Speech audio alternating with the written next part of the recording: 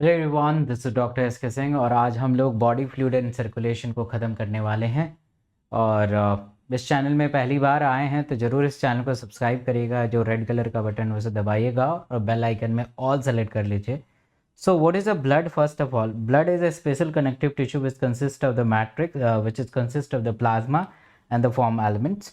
Plasma जो होता है स्ट्रॉ कलर का होता है, विस्कस फ्लूइड होता है। They consist of 55% of blood and 90 to 90% of plasma having the water and protein. इसे याद करने का तरीका है आओ जी फैंटा पीओ albumin globulin fibrinogen and prothrombin. Albumin help in osmotic balance, globulin is primarily involve in the defence mechanism of the body, fibrinogen is help in the blood clotting and coagulation of blood, prothrombin is activation of blood clotting factor. Plasma में कुछ minerals होते हैं। Mineral में sodium, potassium, that's sodium, calcium, magnesium, bicarbonate and chlorine, और कुछ nutritive substance भी होते हैं जैसे कि ग्लूकोज, अमीनो एसिड, लिपिड्स भी पाए जाते हैं। अगर हम प्लाज्मा में से क्लॉटिंग फैक्टर को निकाल लें तो उसे सीरम कहते हैं। फॉर्म्ड एलिमेंट के अगर बारे में बात करें तो they consist of erythrocytes, RBC, leukocyte, WBC and platelets. And formed element consist of approx 45% of blood. 45% of blood ये होता है। इसमें आरबीसी, डब्ल्यूबीसी, प्लेटलेट आते हैं। RBC red blood cells, they are formed inside the red bone marrow and red bone marrow is present in the long bone like the femur, tibia, sternum. और इसके sequence अगर देखें तो red bone marrow में pluripotent stem cell होता है जिसके अंदर न्यूक्लियस होते हैं। They converted to the early normoblast cell, intermediate and late normoblast cell. और फिर लेट नॉर्मोब्लास्ट में एक रेटिकुलोसाइड स्टेज आता है जिससे न्यूक्लियस डिसअपियर हो जाता है एंड दे फॉर्म द इराइथ्रोसाइट्स। तो रेटिकुलोसाइड स्टेज के बाद न्यूक्लियस डिसअपियर हो जाता है। काउंट, ये मोस्ट अबंडेंट सेल्स है। और काउंट के बारे में बात करें तो मेल में करीब 5 से 5.5 मिलियन पर क्यूबिक मिलीमीटर होता है। फीमेल में 4 to 4.5 मिलियन पर क्यूबिक मीटर होता है। मैमस में न्यूक्लियस एब्सेंट होता है। शेप ऑफ आरबीसी बाइकनकेव होता है। This is red because the haemoglobin is present. Haem part is a iron, globin part is a protein. Count के बारे में बात करें तो करीब 12 से 16 ग्राम पर डेसीलीटर होता है in every 100 ml of blood.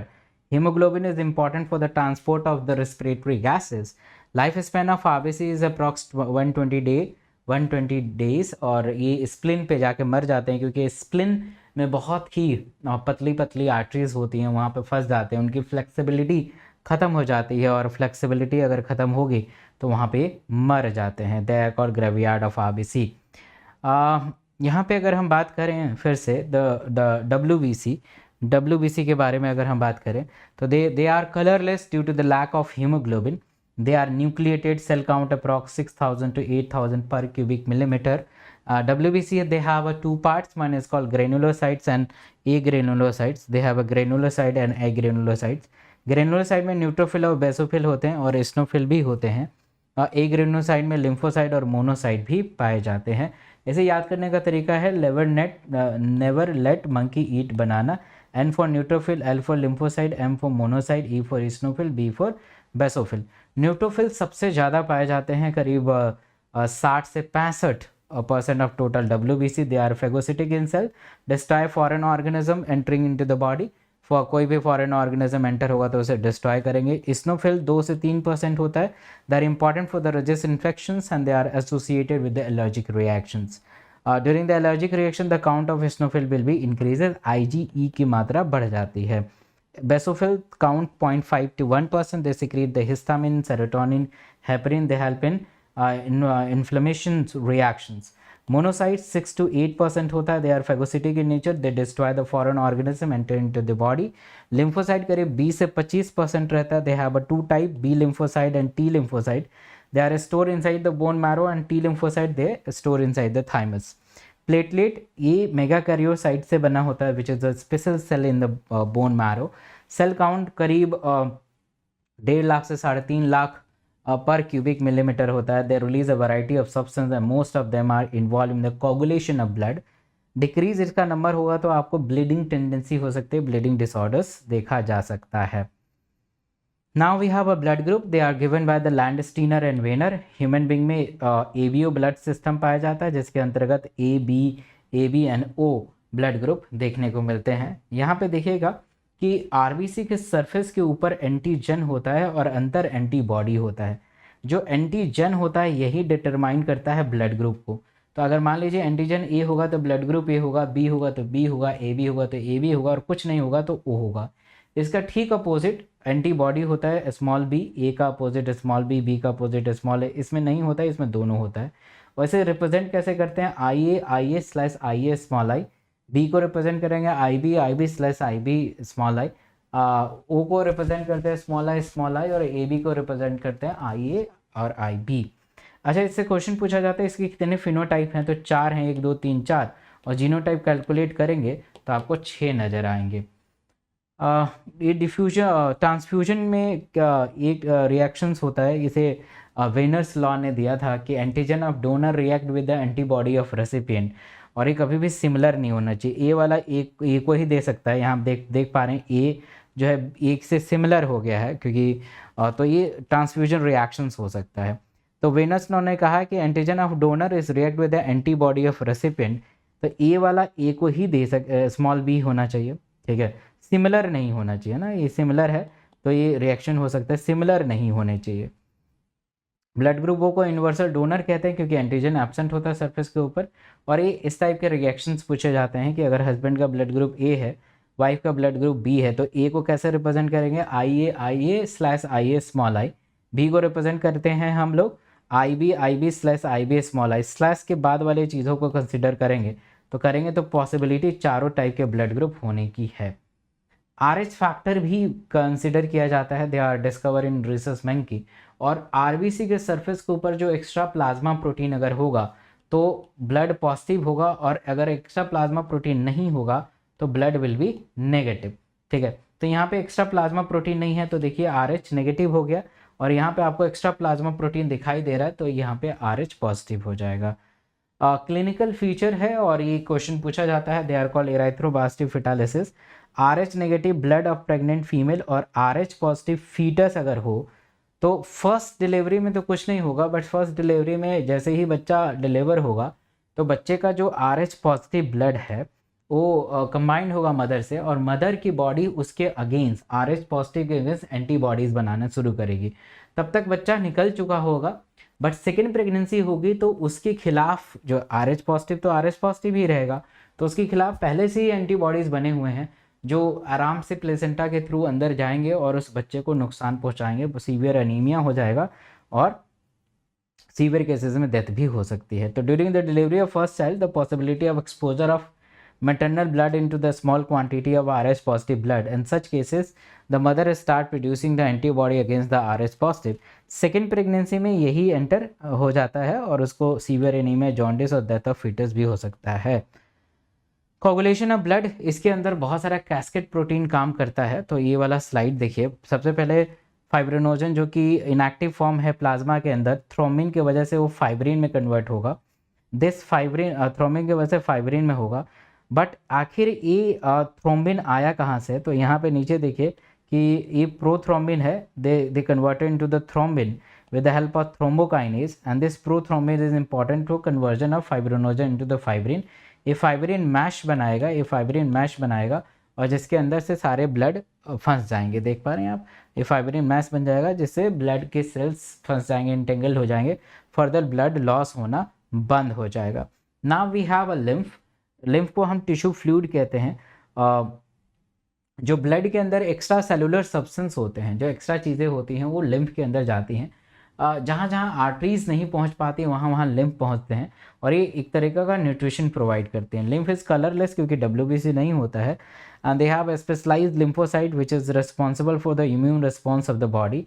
Lymph is also important to carrier of nutrient and hormone, and fat are absorbed through the lymph lacteal. They are present.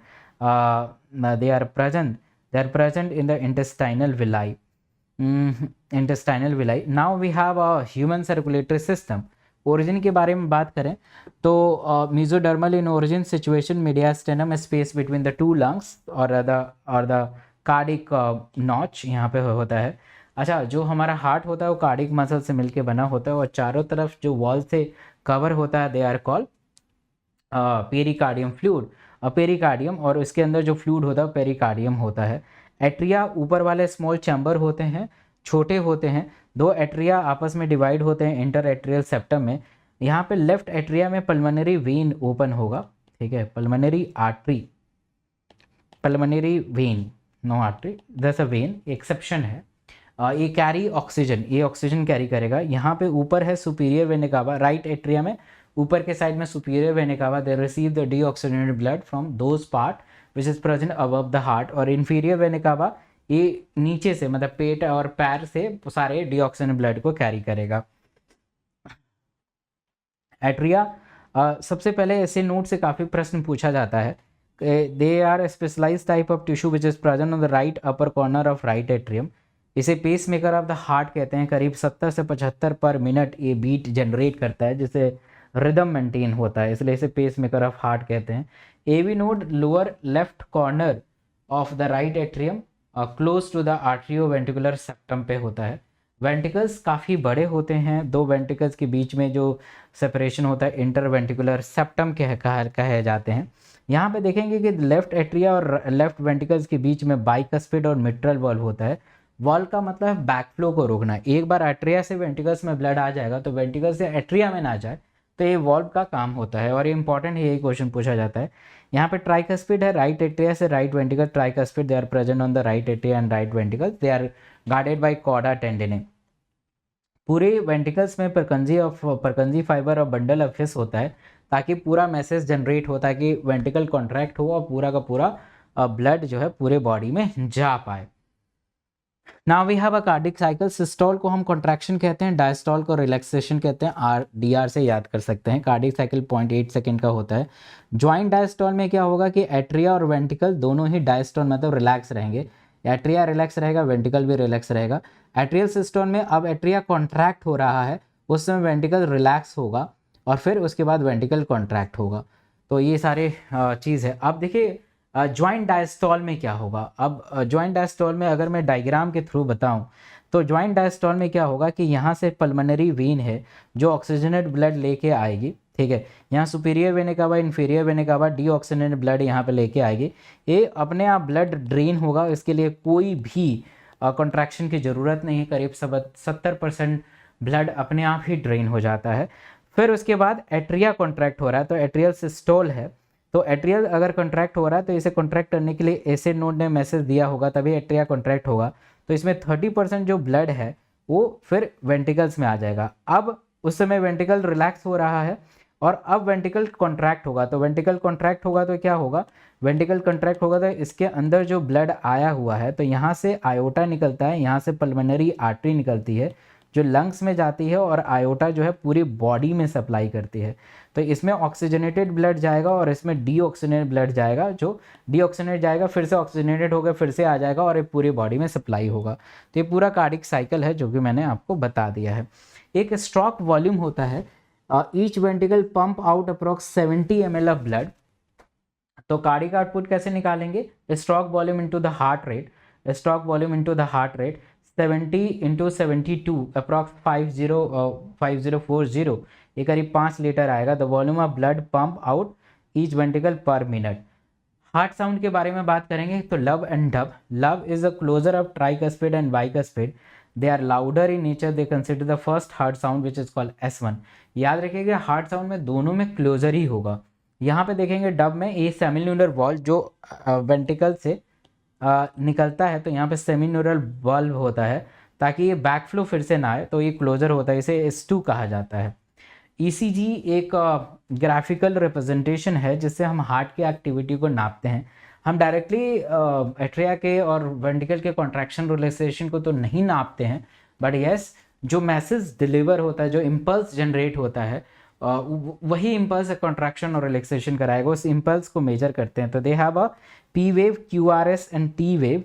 P wave जो होता है they represent the electrical depolarisation मतलब contraction of the atria. QRS depolarisation of ventricles मतलब again contraction of ventricles, और T wave relaxation repolarisation of ventricles. तो इसको याद रखिएगा, इससे क्वेश्चन पूछा गया है।